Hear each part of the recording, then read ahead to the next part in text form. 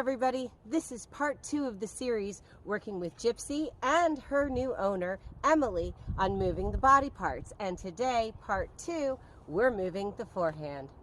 Working on the body parts, we've already flexed the head and the neck. We have the shoulders. Now the shoulders or the forequarters are the hardest part of the horse to move, and that's why we're gonna do it. Now she hasn't done this before, so I'm going to do this first, and then I'm going to let her owner do it. So what we are doing is we are going to isolate the forequarters, okay? So that means the shoulders are going to walk around the back end. So I'm going to get in this front zone right here.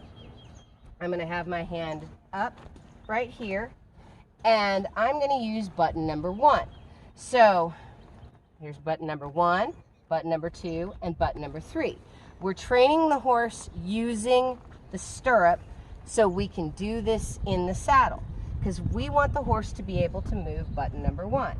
Now, what I'm going to do is I'm going to point my toes right here at the horse's pole, and I'm going to ask with button number 1 until I get her to move that front end.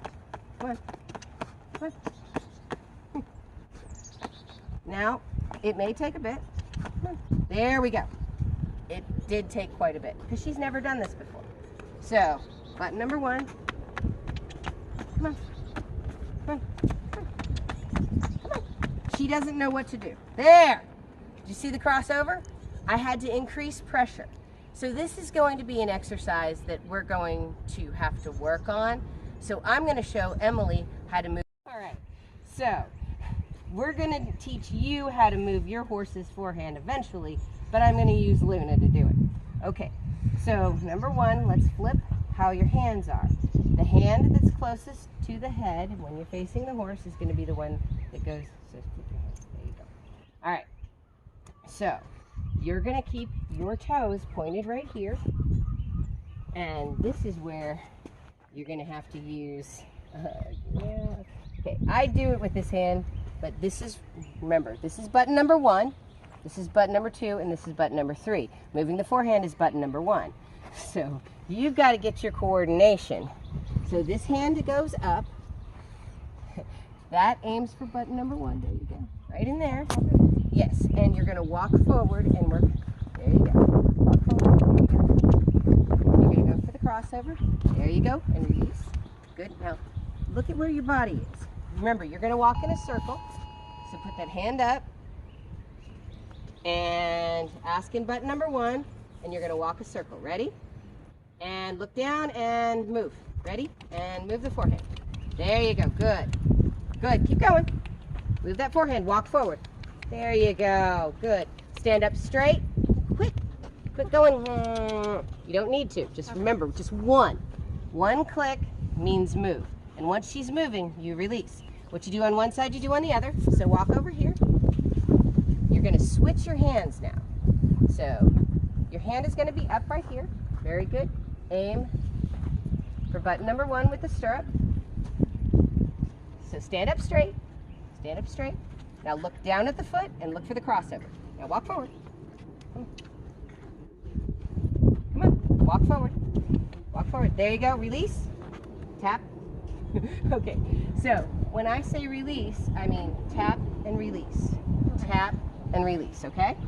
So every time she takes a step, you're not tapping, okay? Okay. You have to give a release. Ready?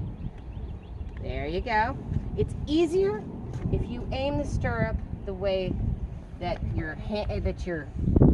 that you would be riding. So you're going to aim right there at button number 1, okay?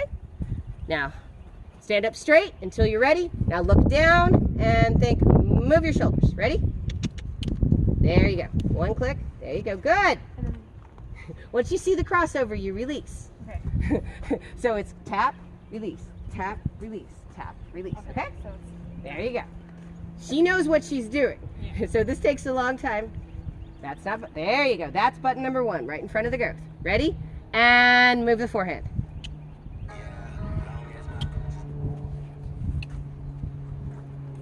Look at where you're going. Walk in a circle. There you go. There you go. down at her feet. Don't look at where. There you go. Come on. Come on. There you go. There. Release.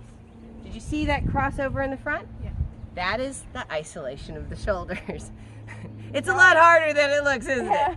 Okay, so it takes some time to learn that, but the big thing is you have to continue to walk a circle. So that is moving the forehand. Thank you for watching part 2. Stay tuned and make sure you subscribe for part 3 of this series.